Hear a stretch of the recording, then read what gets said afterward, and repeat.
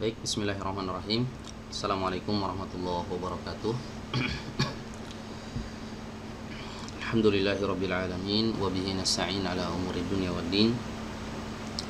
Wassalatu wassalamu ala rasulillah nabiyina Muhammadin wa ala alihi wa sahbihi wa man tabi'ahum bi ihsanin ila yaumiddin, amma ba'du.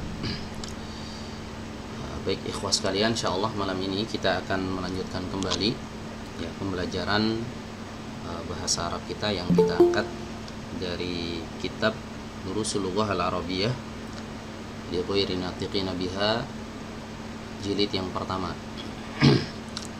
Di pertemuan sebelumnya kita sudah membahas pelajaran yang ketujuh ya, dimana di pelajaran ketujuh ini kita sudah mempelajari 4 kata tunjuk dalam bahasa Arab ya.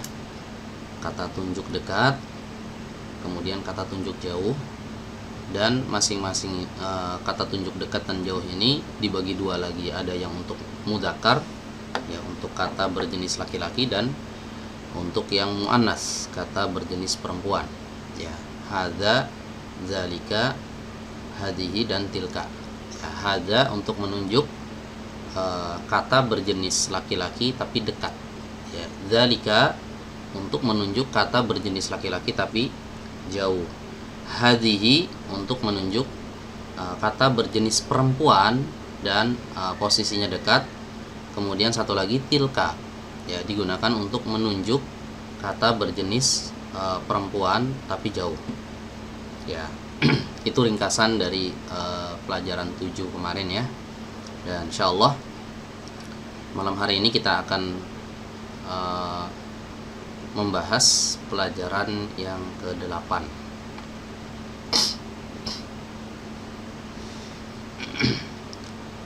Baik, kita langsung masuk ya ke pelajaran ke-8. Ad-darsus tsaminu, pelajaran yang ke-8. Ad-darsu artinya pelajaran, as-tsaminu artinya yang ke-8. Baik, di sini saya bacakan dulu teksnya dan saya akan terjemahkan baris per baris ya. Baru nanti kita akan bahas kaidah-kaidah yang terkandung dalam teks ini. Ya, baik. Hadzal rajulu tajirun wa dzalikar rajulu tabibun. Ya, laki-laki ini pedagang dan laki-laki itu dokter. Ismu tajiri Mahmudun wasmu tabibi Sa'idun. Nama pedagang itu adalah Mahmud dan nama dokter itu adalah Sa'id. Hadzal baitu lit-tajiri wa dzalikal baitu lit-tabibi. Rumah ini milik pedagang dan rumah itu milik dokter. Baitu tajiri amamal masjidi wa baitu tabibi khalfal madrasati. Rumah pedagang itu di depan masjid dan rumah dokter itu di belakang sekolah. Liman hadhis sayyaratu wa liman tilka. Milik siapa mobil ini dan milik siapa yang itu. Hadhis sayyaratu lit-tabibi wa tilka lit-tajiri. Mobil ini milik dokter dan yang itu milik pedagang. Hadhis sayyaratu minal Yabani wa tilka min Amerika. Mobil ini dari Jepang dan yang itu dari Amerika. Ya, baik, itu terjemahan ringkasnya ya. Jadi teks ini menceritakan tentang dokter dan pedagang ya. Dokter dan pedagang. Oke, perhatikan teman-teman di sini. Pada pembahasan kali ini agak sedikit berbeda ya dengan materi yang sebelumnya, ya di pelajaran 1. Dimana di pelajaran 1 kita membahas kata tunjuk hada. Oke, kemudian setelahnya ada isim yang nakiroh tanpa alif lam. Ya, hada kitabun, gitu ya. Hada masjidun, hada qalamun, tanpa alif lam. Nah, di sini kita dapati kata yang setelah kata tunjuk beralif lam. Ya, beralif lam. Ya, kalau misalnya tanpa alif lam, hada rojulun, ya, ini laki-laki. Nah, gitu menerjemahkannya kalau tanpa alif lam. Kalau dikasih alif lam seperti ini, maka cara menerjemahkannya itu harus dibalik. Ya, harus dibalik. Laki-laki ini, oke, seperti itu ya. Laki-laki ini tajirun, adalah pedagang. Jadi nerjemahkannya harus dibalik. Nah, kata yang beralif lam setelah kata tunjuk ini disebut dengan badal. Ya. Badal, B A D A L, badal, ya. Jadi badal itu salah satu cirinya adalah beralif lam setelah kata tunjuk. Ya, badal, kalau kita mendengar kata badal, apa yang terpintas? Sering kita mendengar kata badal, udah sering dipakai sama orang-orang Indonesia ya. Misalnya ada khatib Jumat yang nggak hadir, kemudian ada khatib badalnya. Badal di sini artinya apa? Badal di sini artinya pengganti. Ya. Maksudnya pengganti apa nih? Ya. Ar-rajulu di sini adalah pengganti dari kata hada. Ya, pengganti dari kata hada. Ya. Jadi seandainya hadanya ini dibuang, maka ar-rajulu inilah yang menempati posisi si hada ini. Oke. Sedikit kita refresh atau review materi yang sudah pernah kita bahas sebelumnya, bahwa apabila ada kata benda di awal kalimat, ini namanya mubtada. Ya, masih ingat ya teman-teman ya, namanya mubtada. Nah, dalam kalimat ini mana yang menjadi mubtada? Ya, yang menjadi mubtada adalah hada, karena dia ada di depan. Ya, kata yang menjadi mubtada itu adanya di depan. Oke. Seandainya kata hada ini dibuang, maka kata ar-rajulu inilah yang akan menggantikan posisi hada ini menjadi mubtada. Itu yang dimaksud dengan badal. Ya. Paham ya teman-teman ya? Saya ulang lagi biar lebih paham ya. Karena ada beberapa teman-teman yang baru gabung nih. Ya. Ada teman-teman yang baru gabung biar nggak ketinggalan. Di pelajaran 1 kita mempelajari kata tunjuk, ya, kata tunjuk. Kemudian setelah kata tunjuk ada kata yang tidak beralif lam, itu di pelajaran 1. Seperti kata hada, kalimat hada masjidun, ya, hada rojulun, hada qalamun, hada sarirun, dan seterusnya tanpa alif lam. Di pelajaran 8 ini kita pelajari kata yang beralif lam setelah kata tunjuk. Ya. Apakah memiliki perbedaan arti? Artinya sebenarnya sama. Ya, menunjuk sesuatu gitu ya. Cuma secara makna lebih lanjut lagi itu memiliki makna yang berbeda, ya. Kalau hada rojulun tanpa alif lam, ini kalimatnya sempurna. Ya, kalimatnya adalah kalimat sempurna. Ini laki-laki. Ini kalau tanpa alif lam, hada rojulun. Kalau dikasih alif lam gimana? Kalau dikasih alif lam, hada rojulu, kalimatnya jadi tidak sempurna. Terjemahannya begini, laki-laki ini, jadi dibalik. Ya, jadi dibalik. Laki-laki ini, kenapa laki-laki ini? Tajirun. Nah, ini khobarnya nih. Ya, tajirun. Ya, tajirun artinya pedagang. Jadi nerjemahkan kalimat ini bagaimana? Kata yang beralif lam setelah kata tunjuk ini disebut duluan. Ya, laki-laki, baru kata tunjuknya. Ini pedagang. Nah, begitu ya. Nah, ini berlaku pada semua kata tunjuk, teman-teman ya. Hada, zalika, hadihi, dan juga tilka. Ada 4 kata tunjuk yang udah kita pelajari di pertemuan sebelumnya ya. Oke, kita lihat lagi setelahnya. Nah, kalimat berikutnya, wadzalikar rajulu tabibun. Ya, wadzalikar rajulu tabibun. Gimana nerjemahkannya? Nerjemahkannya jangan berurutan. Dan itu laki-laki dokter, nggak enak. Ya, cara menerjemahkannya laki-lakinya sebut duluan karena dia beralif lam. Ya, ingat kalau ada kata beralif lam setelah kata tunjuk, ya, ini namanya badal. Nah, kata ini namanya apa? Badal. Badal harus disebut duluan. Ya, ketika diterjemahkan, badal harus disebut duluan. Jadi gimana nerjemahkannya? Laki-laki itu, nah itunya belakangan.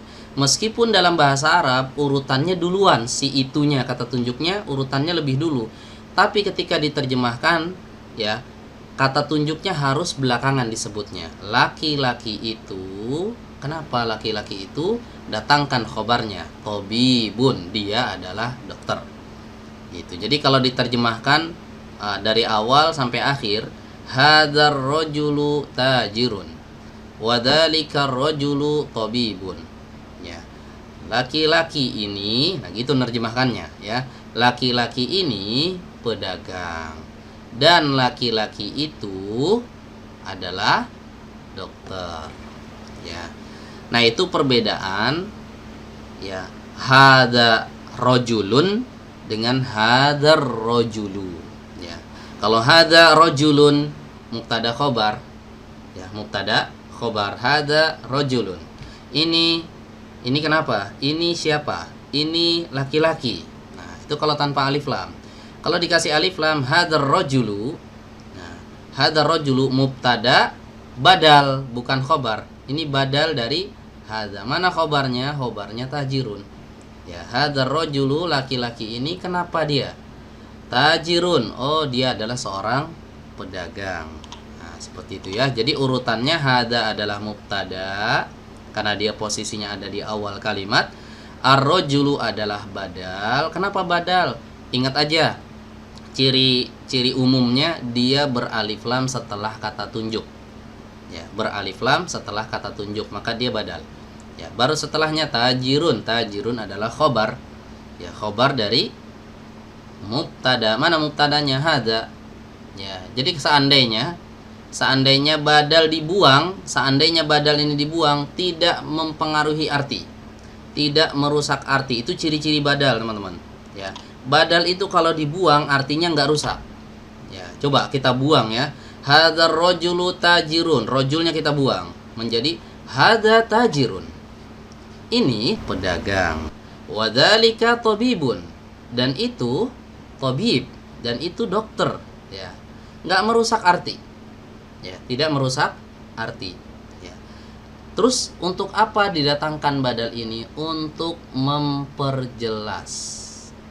Ya, hadza di sini apaan, gitu ya. Hadza di sini adalah ar-rajul. Terus si ar-rajul ini kenapa? Dia kenapa? Oh, dia adalah tajirun, dia adalah pedagang. Jadi fungsi dari badal hanya untuk memperjelas saja. Tanpa badal pun tidak masalah. Ya.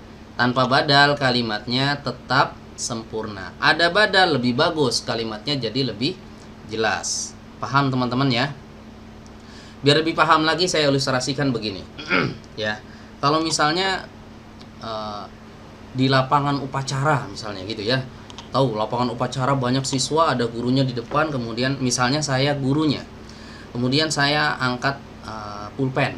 Hadza jamilun. Siswa yang di belakang nggak ngelihat karena jauh. Ya, siswa yang di belakang nggak lihat. Ini bagus, saya bilang. Tapi siswa yang di depan dia lihat. Ya. Gimana caranya supaya siswa yang belakang itu tahu juga yang saya angkat ini apa? Ya. Akhirnya saya perjelas. Pulpen ini bagus. Nah, pulpen itu adalah badal. Ya, badal pengganti dari kata ini untuk memperjelas. Oh, ternyata Pak Guru itu mengangkat pulpen gitu ya. Kalau saya katakan ini bagus. Nah, murid-murid semuanya ini bagus. Ini apa yang belakang nggak lihat? Ya, kalau yang depan lihat ya, yang belakang nggak lihat. Nah, supaya jelas pulpen ini, saya perjelas, saya sebut ini yang dimaksud ini apa, supaya yang belakang juga tahu. Itu fungsi dari badal. Paham ya teman-teman ya? Ya, jadi kalau seandainya saya katakan hadza tajirun, ya, wadzalika tabibun, enggak masalah. Ini pedagang dan itu dokter, enggak ada masalah. Ya, tapi untuk memperjelas, ini yang dimaksud apa? Laki-laki ya. Laki-laki ini pedagang dan laki-laki itu dokter. Jadi lebih jelas. Ya, itu adalah fungsi dari badal. Ya, paham ya teman-teman ya? Jadi badal itu fungsinya untuk memperjelas saja, ya. Dan ketika ada kalimat yang mengandung badal, maka badal ini harus disebut duluan daripada kata tunjuknya. Ciri-cirinya apa sih badal itu? Ada alif lam setelah kata tunjuk. Ya, ada alif lam setelah kata tunjuk. Kata tunjuk yang udah kita pelajari ada berapa? Ada 4. Hadza, zalika, hadhihi, tilka. Ya, ada 4 ini. Jadi kalau ada kata beralif lam setelah salah satu dari 4 kata tunjuk yang sudah kita pelajari ini, maka dicurigai ini adalah badal. Gitu ya. Contoh misalnya di Al-Qur'an, teman-teman insya Allah udah hafal semuanya di awal surat Al-Baqarah, dzalikal kitabu la raiba fi. Alif lam mim, dzalikal kitabu la raiba fi. Dzalika setelahnya ada apa? Al-kitabu beralif lam. Ya, ada alif lam. Kalau ada kata beralif lam setelah kata tunjuk apa namanya? Badal. Ya, namanya badal. Dzalikal kitabu la raiba fi. Buku itu gitu ya, maksudnya Al-Qur'an. Kitab itu la raiba fihi, tidak ada keraguan padanya.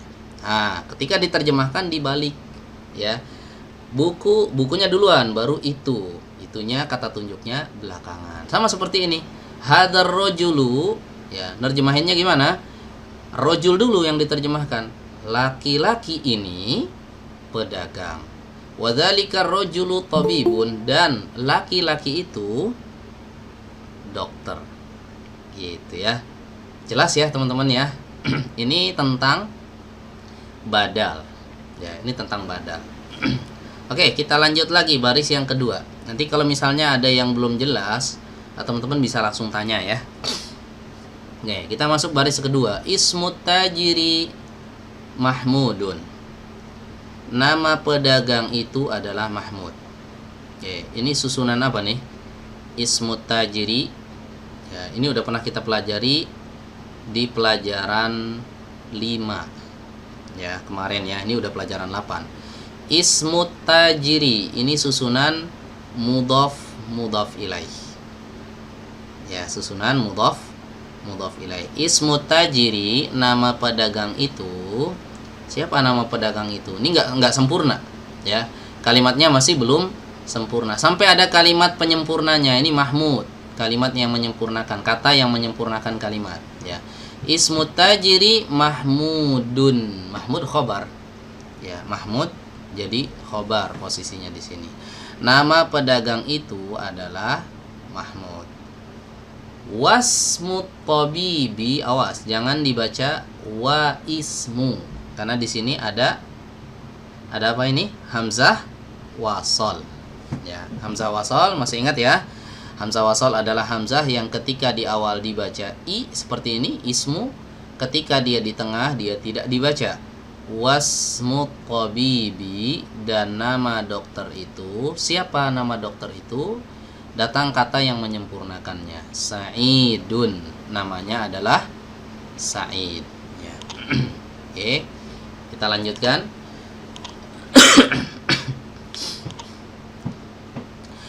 Hadal baitu litajiri.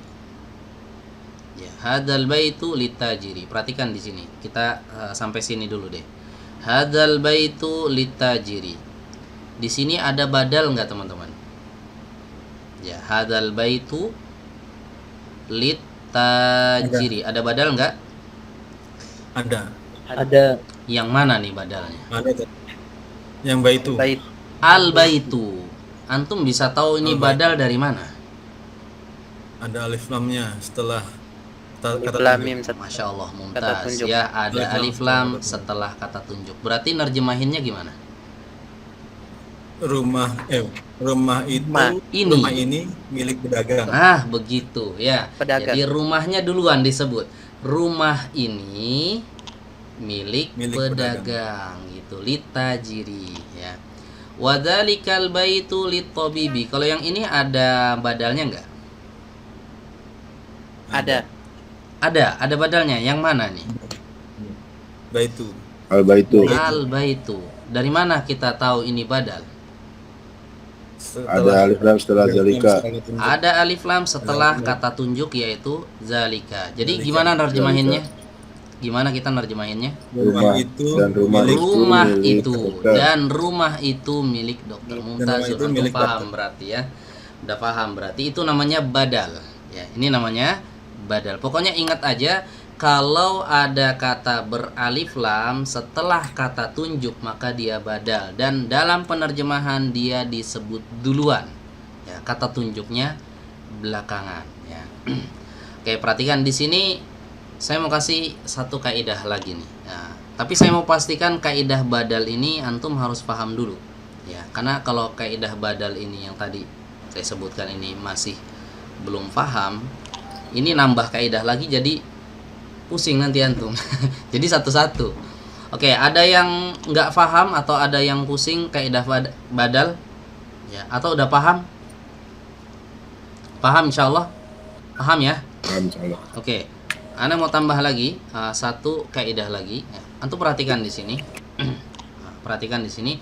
Bandingkan kalimat dalam kalimat di baris ketiga dengan kalimat di baris pertama. Ya, ada kemiripan dan ada perbedaan juga. Ya. Ada kemiripan susunan kalimatnya. Susunan kalimatnya mirip-mirip, ya. Coba perhatikan di sini. Kalimat di baris yang pertama saya baca hadar rojulu tajirun ya. Hada mubtada ar-rojulu badal ya kan. Tajirun apa posisinya? Khobar ya, dia mengabarkan kan. Laki-laki ini, kenapa laki-laki ini dikabarkan? Dia adalah pedagang. Oke, kita beralih ke baris yang ketiga ya, mirip susunannya.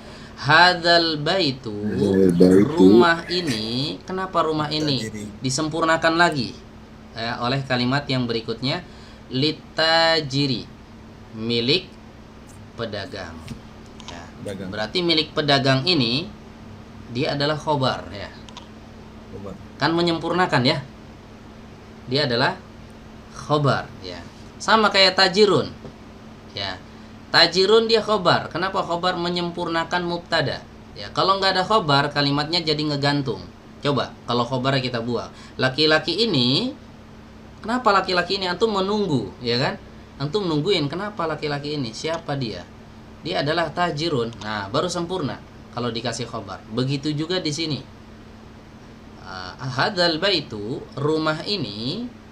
Nah, kenapa rumah ini? Ya, antum menunggu-nunggu, ya.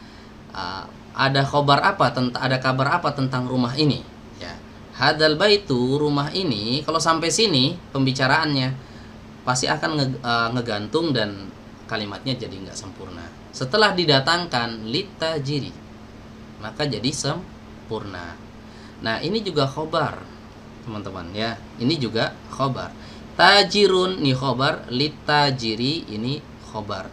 Cuma di sini agak sedikit berbeda ya. Khobar yang di baris pertama itu khobar yang sudah ma'ruf, yang sudah kita kenal sebelumnya ya, sudah kita pelajari ya, dia nakiroh, ya kan, dia marfu, ya, dia nakiroh, dia marfu, ya. Sementara yang ini kok majrur, ya, kok ini majrur, ya. Ini ya khobar yang tajirun yang tadi yang pertama, ya, ini disebut dengan khobar mufrad. Jadi khobar itu ada 3 macam, ya. Khobar itu ada 3 jenis, ya. Ini kita pelajari 2 dulu biar antum nggak pusing, ya. Tajirun ini namanya khobar mufrad, dan ini yang sudah kita pelajari di pelajaran-pelajaran sebelumnya, ya. Jadi dari pelajaran 1 sampai pelajaran 7 setiap ada khobarnya mufrad, ya kan, khobarnya mufrad. Khobar ini namanya khobar mufrad, yang dia itu disyaratkan harus apa? Harus nakiro, ya kan, kemudian dia itu marfu, ya, yaitu marfu. Nah, ini kok ada khobar, ya, tapi dia majrur. Nah, ini yang disebut dengan khobar syibhul jumlah, ya. Antum boleh catat nama khobarnya adalah khobar syibhul jumlah, ya. Apa itu khobar syibhul jumlah? Ya, khobar syibhul jumlah di sini ada 3 kata, ya. Khobar syibhul jumlah. Khobar artinya kata yang menyempurnakan kalimat. Syibhu artinya mirip, ya. Antum sering dengar kata tasyabuh. Tasyabuh kan menyerupai, ya, menyerupai orang-orang non muslim, tasyabuh, ya, tasyabuh bil kufar. Syibhu itu diambil dari kata itu, menyerupai. Jumlah artinya kalimat. Jadi ini khobar menyerupai kalimat, ya. Dia mirip dengan kalimat. Dari mana sisi kemiripannya? Terdiri dari lebih dari 1 kata, ya. Ini kan ada 2 kata, li, ya kan, huruf lam, at-tajiri, ya. Jadi kalau udah lebih dari 1 kata itu mirip dengan jumlah, ya. Tapi dia bukan jumlah. Kalau jumlah itu sempurna, ya. Kalau jumlah itu adalah kalimat yang sempurna, ya. Kalau mirip dengan jumlah itu, ya, lebih dari 1 kata tapi dia belum sempurna. Contoh, dalam bahasa Indonesia ada syibhul jumlah, ya. Dalam bahasa Indonesia ada syibhul jumlah. Di dalam kamar misalnya. Di dalam kamar itu bukan kalimat, ya. Di dalam kamar bukan kalimat. Kenapa? Karena nggak sempurna. Kalimat tak sempurna gitu. Apa yang di dalam kamar gitu, ya. Nah, begitu juga dalam bahasa Arab, ya. Ada 2 kata tapi dia belum jadi kalimat. Dia mirip dengan kalimat. Nah, ini yang disebut dengan syibhul jumlah, ya. Seperti ini contohnya, lit tajiri, ya, lit tajiri. Ini khobar, teman-teman, ya, khobar tapi mirip dengan jumlah, ya. Bukan khobar seperti yang pertama tadi. Jadi ini jenis kedua dari khobar, ya. Khobar itu ada 3 jenis. Tapi kita pelajari 2 dulu. Yang pertama khobar mufrad, ini yang sudah kita pelajari, ya, sebelum-sebelumnya udah kita pelajari, ya. Al-qalamu maksurun. Nah, ini khobar mufrad ini, ya. Al-babu maftuhun, ya, pintu itu terbuka. Ini khobar mufrad. Ada khobar yang dia itu terdiri dari jar majrur, ya. Ini huruf jar, li, ya kan, kata setelahnya majrur karena ada huruf jar, ya. Jadi kalau ada jar majrur, ya, dia memposisikan dirinya sebagai khobar, maka ini yang disebut dengan khobar syibhul jumlah, ya. Paham ya, teman-teman, ya? Khobar yang terdiri dari jar majrur gitu. Khobar yang terdiri dari jar majrur, ya. Sebagai contoh lain biar lebih jelas, ya. Ya, saya bandingkan deh. Saya bandingkan biar lebih jelas.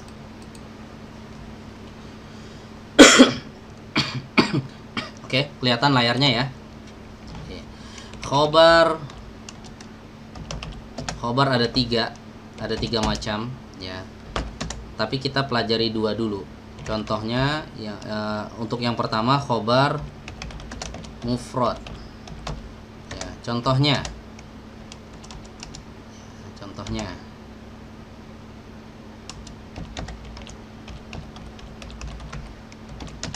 Ya, contoh yang paling lumrah ya, al-qalamu maksurun. Al-qalamu maksurun. Nah, ini khobar, mana khobarnya? Ini khobar nih. Maksurun ya. Al-qalamu mubtada. Nah, maksurun adalah khobar. Ini namanya khobar mufrad, khobar yang terdiri dari satu kata saja. Maksurun itu kan cuma satu kata. Oke, ada yang kedua namanya khobar syibhul jumlah. Ya, ini terdiri dari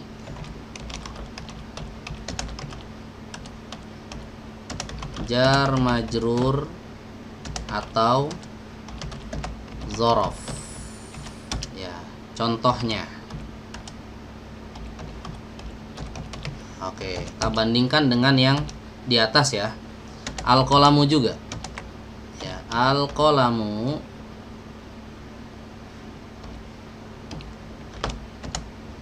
ya, tapi pakai jar majrur alal maktabi. Ya, pulpen itu, kenapa pulpen itu dikhobarkan? Tapi khobarnya jar majrur di atas meja. Sempurna nggak kalimatnya? Sempurna. Ya, kalimatnya sempurna sama kayak yang di atas. Al-qalamu maksurun. Ya, pulpen itu patah.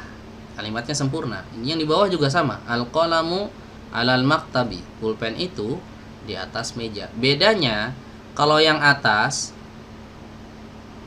khobarnya cuma satu kata. Ya, khobarnya cuma satu kata, maksurun.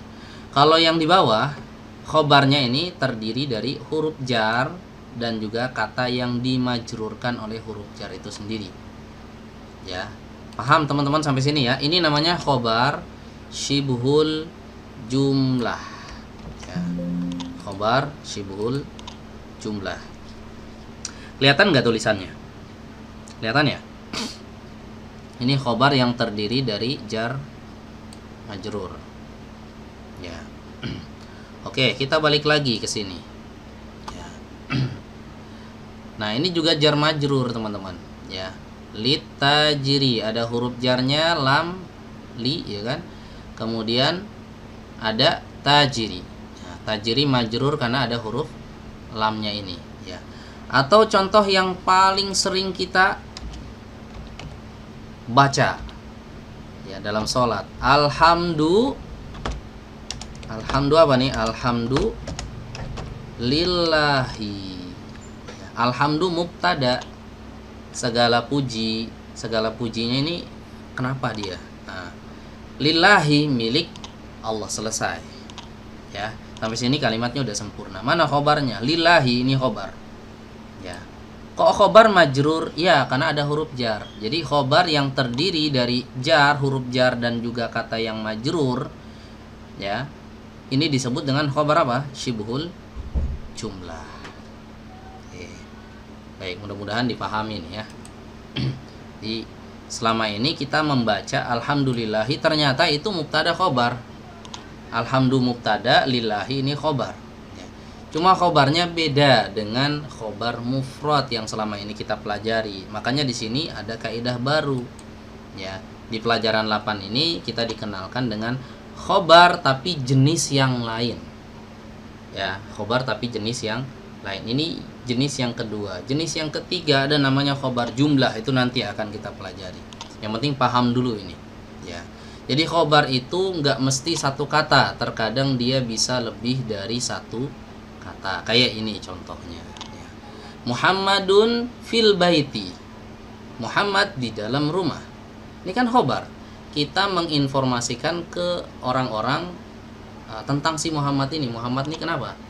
Muhammadun fil baiti.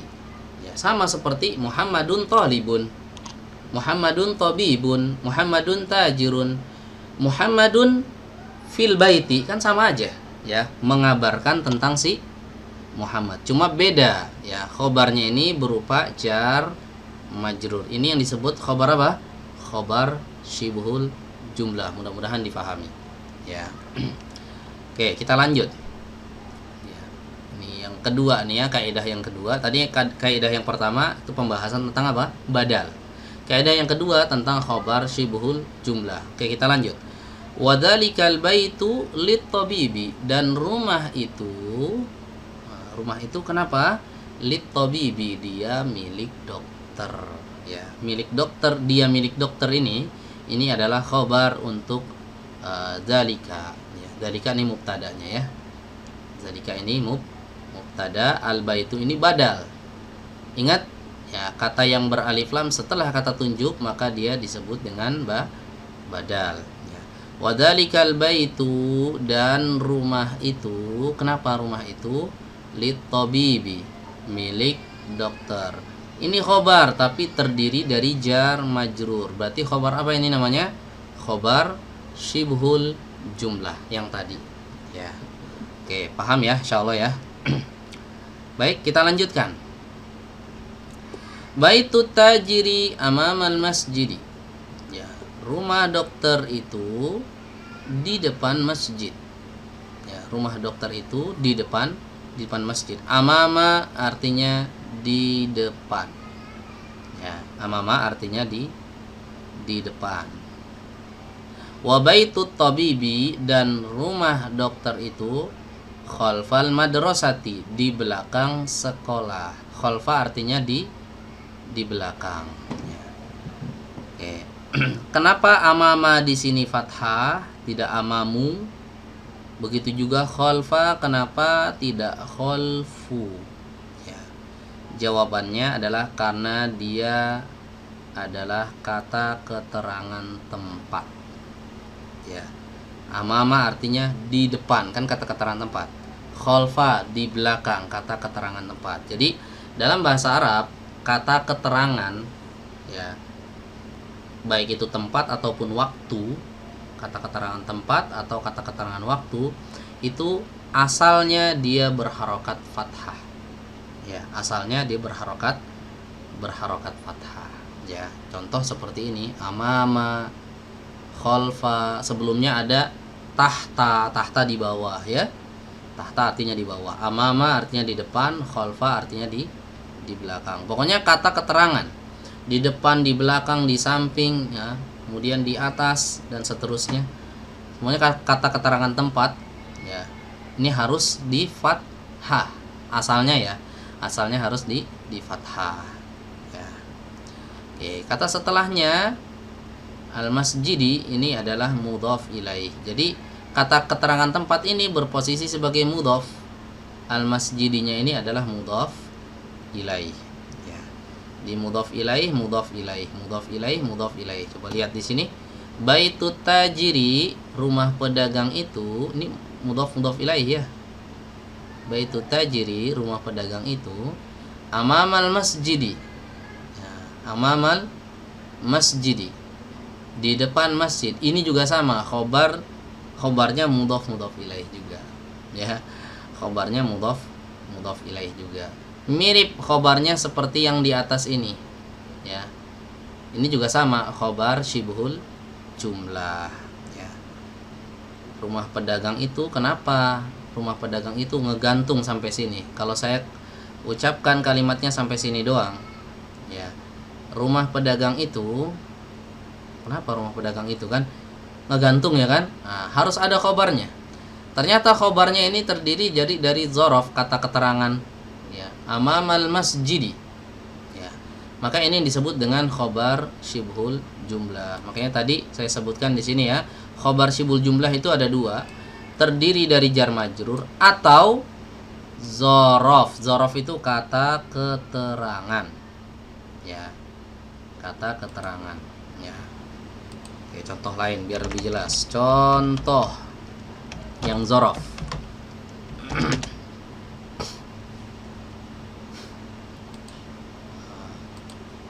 Al-qalamu, biar gampang, biar antum bisa membandingkan. Al-qalamu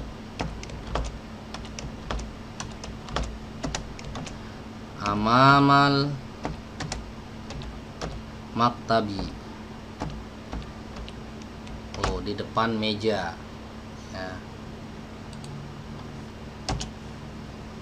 Bandingkan teman-teman ya. Al-qalamu maksurun, al-qalamu alal maktabi, al-qalamu amamal maktabi. Ini semuanya khobar untuk kata al-qalamu. Maksurun adalah khobar untuk kata al-qalamu. Alal maktabi khobar untuk kata al-qalamu. Amamal maktabi ini juga khobar untuk kata al-qalamu. Bedanya kalau maksurun adalah khobar mufrad, kalau alal maktabi dan juga amamal maktabi ini adalah khobar syibhul jumlah. Ya. Baik. Kita lanjutkan. Ya. Rumah pedagang itu di depan masjid dan rumah dokter itu di belakang sekolah al-madrasah. Oke. Lanjut ya.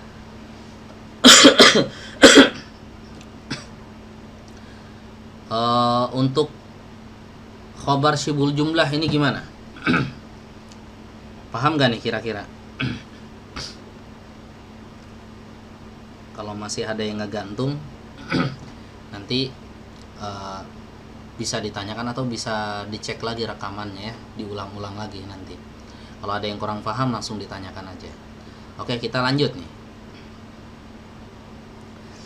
Berikutnya, liman hadhihi sayyaratu waliman tilka.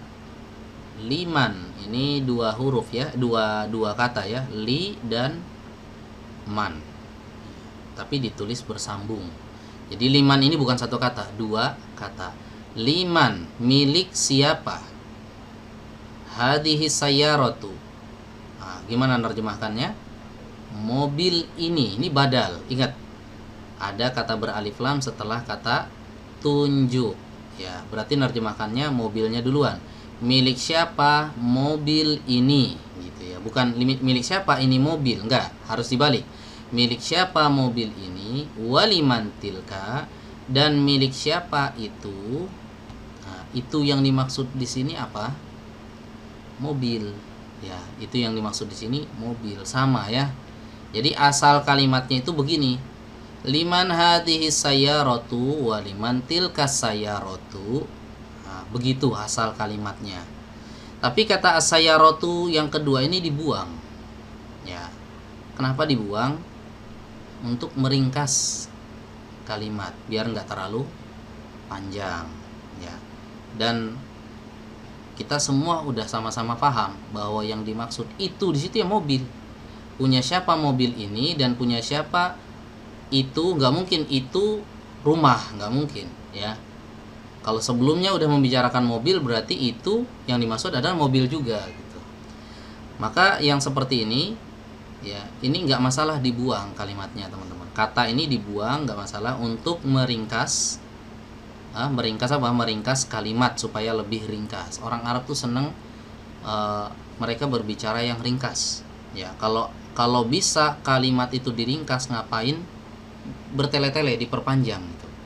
Punya siapa mobil ini dan punya siapa itu maksudnya apa? Mobil. Ya. Nah, kata yang dibuang ini namanya kalimah mahdzufah. Ya. Kalimah mahdzufah ini boleh antum catat. Ya. Ya, kalimah mahdzufah.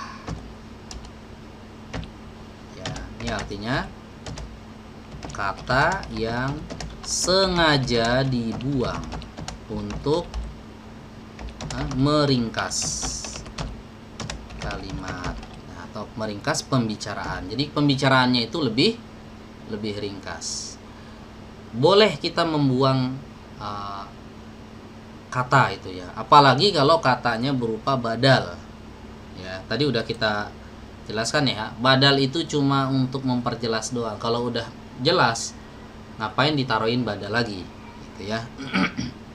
Jadi kalimat yang pertama ini kan ada badal ya, ar-rajulu, ini juga ada ar-rajulu. Ar-rajulu yang kedua ini boleh dibuang, silahkan aja ya. Oke, jadi kalimatnya begini, hadzal rajulu tajirun wa dzalika tabibun, tidak masalah ya, karena dzalika di sini maksudnya orang pasti sudah tahu maksudnya adalah ar-rajulu ya, karena sebelumnya udah disebutkan. Sama di sini juga, liman hadhis sayyaratu waliman tilkas sayyaratu, boros kalau disebutkan sayyaratu lagi. Ya, jadi biar ringkas dibuang saja. Tapi kita udah tahu di sini ada kata yang dibuang. Kita udah tahu, udah paham, ya. Membuang kata yang seperti ini itu boleh, ya. Namanya kalimah mahdzufah, kata yang sengaja dibuang. Sama seperti kalau misalnya saya bertanya kepada antum, antum siapa namanya? Ya, misalnya antum menjawab Arif, ya, Arif. Padahal kalau mau lengkap, nama saya adalah Arif. Kepanjangan kalau kayak gitu, ya, antum sebut aja udah Arif, ya, selesai, ya, ringkas, ya kan, tapi tidak mengurangi esensi makna gitu. Nah, dalam bahasa Arab ada juga seperti itu, namanya kalimah mahdzufah, ya. Bahkan di Al-Quran ada beberapa kalimah mahdzufah. Nah, makanya kita membutuhkan tafsir untuk mengetahui ini kalimah mahdzufah yang terbuang ini apa. Ya, butuh apa? Tafsir. Ulama yang tahu ini, oh ini yang terbuang diperkirakan ini gitu. Ya, maknanya ditakdirkan atau diperkirakan ini maknanya. Gitu ya. Oke, kita lanjutkan. Nah, ini kan tadi pertanyaan bentuknya kan? Ya, punya siapa mobil ini dan punya siapa mobil itu. Ya, kemudian di sini jawabannya. Di baris berikutnya, hadhihi sayyaratu lit tabibi. Mobil ini ada badal ya. Ingat-ingat, kalau ada kata beralif lam setelah kata tunjuk maka dia apa namanya? Badal. Ketika diterjemahkan badal disebut duluan. Mobil ini. Ya, mobil ini kenapa masih menggantung ya kalimatnya? Butuh kata yang melengkapi, dialah khobar. Ya, butuh kata yang melengkapi. Kata yang melengkapi inilah yang disebut dengan khobar. Mana yang melengkapi ini? Lit tabibi. Ya. Mobil ini kenapa? Milik dokter. Berarti milik dokter adalah khobar. Khobar apa namanya ini? Khobar syibhul jumlah. Kenapa disebut syibhul jumlah? Karena terdiri dari jar majrur. Nah, gitu jawabnya ya. Simpel ya. Karena terdiri dari jar majrur. Jadi kalau antum misalnya ditanya, ini khobar, kok bisa khobar majrur? Bukannya khobar itu harus marfu? Iya, kalau khobarnya khobar mufrad ya harus marfu. Kalau khobarnya khobar syibhul jumlah nggak mesti ya, karena ini adalah dua khobar yang berbeda ya. Dua khobar yang memiliki jenis yang berbeda, maka hukumnya juga berbeda. Yang wajib marfu itu adalah khobar mufrad ya, khobar mufrad. Kalau khobar syibhul jumlah enggak, dia tergantung. Kalau ada huruf jar sebelumnya berarti dia majrur. Gitu. Ya, paham ya teman-teman ya. Kenapa disebut khobar? Karena dia melengkapi kalimat. Tanpa dia kalimatnya jadi enggak lengkap. Ya. Hadhis sayyaratu, mobil ini. Nah, itu biarin aja. Orang pasti akan nungguin terus ya. Mobil ini, nah, kenapa mobil ini kan? Nungguin terus ini orang ya. Sampai ada kata yang berikutnya, mobil ini bagus ya kan? Mobil ini mahal. Mobil ini milik dokter. Ya kan sama aja ya. Mau yang mufrad, mau yang syibhul jumlah, dua-duanya khobar. Gitu. Hadhihi sayyaratu jamilatun. Boleh. Hadhihi sayyaratu lit tabibi. Ini juga sama khobar. Ya, paham ya teman-teman ya perbedaan antara khobar syibhul jumlah dengan khobar mufrad. Esensinya sama, melengkapi mubtada yang masih belum lengkap ya. Tapi kalau dilihat dari susunannya, khobar mufrad itu cuma satu kata, khobar syibhul jumlah itu terdiri dari jar majrur atau zorof yang tadi ini ya, amamal masjid, khalfal madrasah ya. Oke, kita lanjut. Hadhihi sayyaratu lit tabibi, mobil ini milik dokter. Watilka litajiri, dan itu milik pedagang. Maksudnya mobil. Berarti di sini ada kalimah mahdzufah lagi nih. Ya, ada kata yang dibuang lagi. Ya. Asalnya apa? Asalnya kalimatnya begini. Hadhihi sayyaratu lit-tabibi wa tilka sayyaratu lit-tajiri. Ada sayyarah juga di sini. Ya, tapi dibuang. Sengaja dibuang. Kenapa? Untuk meringkas pembicaraan, ya. Untuk meringkas pembicaraan. Hadhihi sayyaratu lit-tabibi. Mobil ini milik dokter. Wa tilka lit-tajiri, dan mobil itu kalau diterjemahkan ya munculkan juga nggak apa-apa. Dan mobil itu litajiri milik dokter. Oke, sampai sini paham ya teman-teman ya. Berarti ada 3 kaidah yang udah kita pelajari. Ya, ingat-ingat ya. Yang pertama kaidah tentang apa? Badal. Ya. Kemudian yang kedua ada khobar syibuhul jumlah. Kemudian yang ketiga ada kalimah mahdzufah. Diingat-ingat nih. Ya. Badal kata yang menggantikan tadi ya. Cirinya ada alif lam setelah kata tunjuk. Khobar syibuhul jumlah, khobar yang terdiri dari jar majrur atau dzaraf. Kalimah mahdzufah adalah kata yang sengaja dibuang, fungsinya untuk meringkas pembicaraan. Oke, satu lagi ada kaidah yang akan kita pelajari lagi di baris terakhir. Ternyata di baris terakhir ini masih ada lagi kaidahnya. Oke, saya baca dulu. Kira-kira ada yang aneh nggak di sini? Hadhihi sayyaratu minal yabani. Mobil ini dari Jepang. Watilka min Amrika. Dan itu dari Amerika. Ada yang aneh nggak di sini? Ya, yang ini teman-teman. Min Amrika. Ya, min Amrika. Kita semua udah sama-sama tahu min ini adalah huruf jar ya. Min ini adalah huruf jar, di mana kata yang terletak setelah huruf jar itu harus apa? Harus majrur, seperti al-yabani ini. Minal yabani. Kenapa ni? Kenapa enggak nu? Kenapa enggak na? Karena ada min. Ya, min mendahului al-yaban. Ya, dan fungsi dari min ini adalah memajrurkan. Loh, kenapa di sini tidak majrur? Min Amrika. Ya. Min Amrika atau min Amriki. Min Amrika ya. Ini kaidah yang akan kita bahas lagi. Oke. Amrika di sini sebenarnya majrur. Ya, sama seperti al-yaban majrur. Ingat ya, kata setelah huruf jar pasti majrur. Pasti. Mau kelihatan kasrohnya mau nggak kelihatan pokoknya pasti majrur. Ya, nggak mungkin ada kata yang nggak majrur kecuali mabni dia. Min aina anta, aina ini kan mabni. Kalau yang ini enggak mabni teman-teman. Amerika ini enggak mabni. Ini sebenarnya majrur. Cuma dia enggak bisa dimajrurkan. Ya, tidak bisa dimajrurkan. Kenapa enggak bisa? Ya, perhatikan huruf terakhir dari kata Amerika ini. Ya. Huruf terakhirnya apa? Huruf terakhirnya adalah alif. Ya. Dulu pernah kita pelajari ya, bahwa alif itu tidak menerima harokat apapun. Ya, alif tidak bisa dikasih harokat. Kalau dikasih harokat jadi apa? Jadi hamzah. A, I, U itu hamzah. Ya, kalau alif nggak ada harokatnya, tidak bisa dikasih harokat. Jadi kalau kita paksakan, seandainya min Amrika I, nah dikasih harokat di sini di bawah alif I, nanti jadi ngubah huruf. Ya. Jadi berubah hurufnya dong. Harusnya alif berubah jadi hamzah. Padahal Amrika ini akhirnya harus alif. Ya. Harus alif. Terus gimana caranya ya? Gimana caranya ini? Di sini ada huruf jar, di sini nggak bisa dikasroh. Ya. Kita katakan kasrohnya tersembunyi.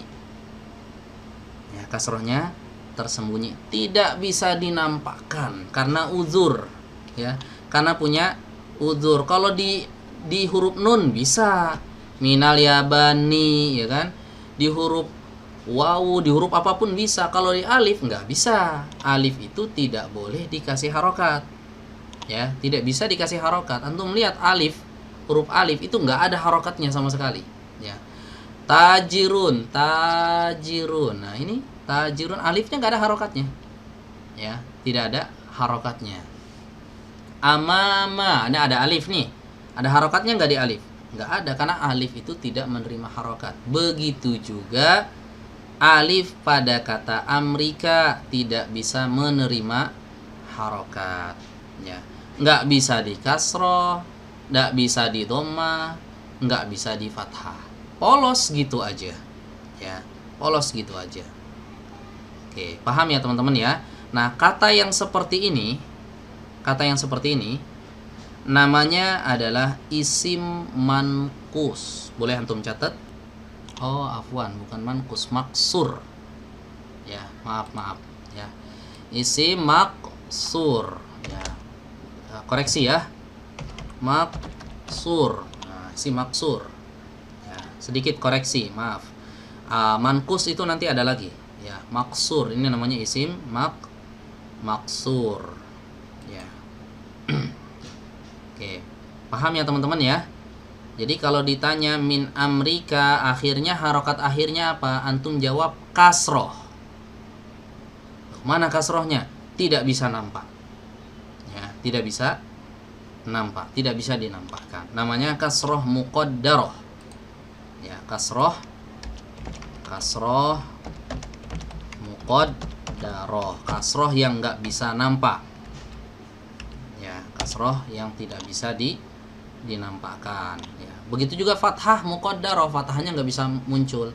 Dhammah juga sama, dhammah muqaddaroh, dhammahnya tidak bisa muncul. Ya. Kalau yang bisa muncul namanya kasroh zohiroh, zohir, nampak, kelihatan, zohir. Minal yabani, akhirnya ada kasroh zohiroh. Min amrika, akhirnya ada kasroh juga, tapi muqaddaroh, tidak bisa nampak. Ya. Namanya kasroh muqaddaroh, harokat muqaddaroh, ya, harokat yang tidak bisa dinampakkan. Nanti akan kita pelajari ada beberapa sebab harokat itu tidak bisa dinampakkan. Ini baru satu aja kita pelajari, ya, itu yaitu ketika ada alif di akhir kata. Ya, ada alif di akhir kata. Namanya isim maksur. Ya. Oke, paham sampai sini teman-teman? Ya, ada 4 kaidah yang udah kita pelajari ya. Kita ulang sedikit ya. Yang pertama kita mempelajari tentang apa? Badal. Ya. Oke, saya ringkas di sini. Saya ringkas ya. Ringkasan kaidah pelajaran 8. Ya. Oke, yang pertama tentang apa? Badal. Oke. Badal artinya pengganti. Ya.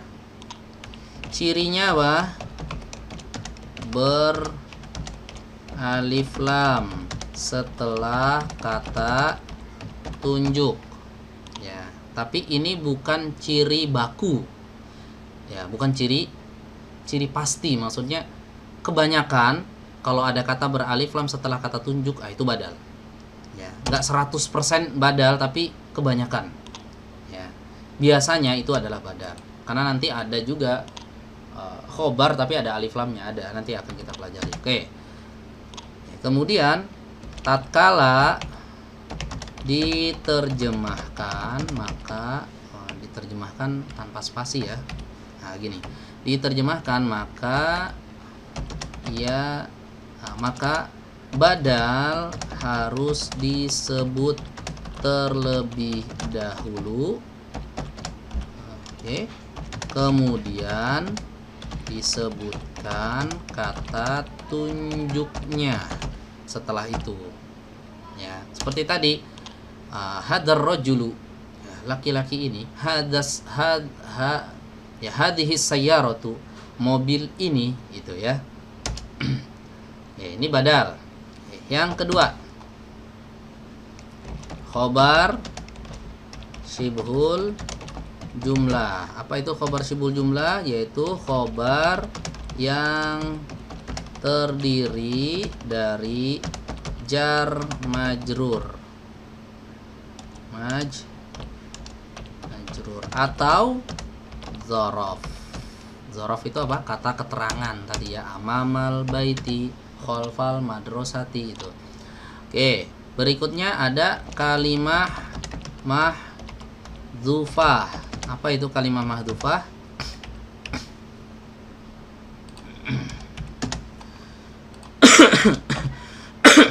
Kalimah mahdzufah adalah kata yang sengaja dibuang untuk meringkas pembicaraan.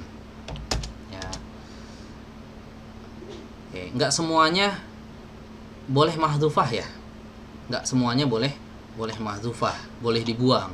Tapi enggak boleh sembarangan juga. Ya, misalnya kayak gini, hadar rajulu tajirun, tajirunnya saya buang Jadi kalimah mahdhufah nggak boleh. Ya. Tidak boleh dibuang. Jadi kalimah mahdhufah itu dibuang nggak ngerusak makna gitu. Kata yang sengaja dibuang untuk meringkas pembicaraan tanpa merusak makna. Makna kalimat. Dibuang pun nggak ngerusak makna gitu. Oke, lanjut. Baru yang berikutnya yang keempat, harokat muqaddaroh. Apa itu harokat muqaddaroh? Harokat adalah harokat yang tidak bisa dimunculkan. Ya, harokat yang tidak bisa dimunculkan. Ada beberapa alasan kenapa dia tidak bisa dimunculkan, tapi kita baru pelajari satu. Ya, alasan kenapa tidak bisa dimunculkan harokatnya adalah karena kata tersebut diakhiri oleh huruf alif, ya, atau disebut dengan isim maksur. Nah, ini ringkasan. Ya, ringkasan dari pelajaran ke-8 ini, ya. Baik, gimana teman-teman? Ya. Gampang kan? Insyaallah ya. Ada yang mau bertanya sampai sini? Silahkan. Kalau mau bertanya, kita buka pertanyaan. Ya, kalau dilanjutkan lagi takutnya blenger ya, pusing nanti. Ini aja kayaknya udah banyak. Baik, silahkan yang mau bertanya, tafadhol.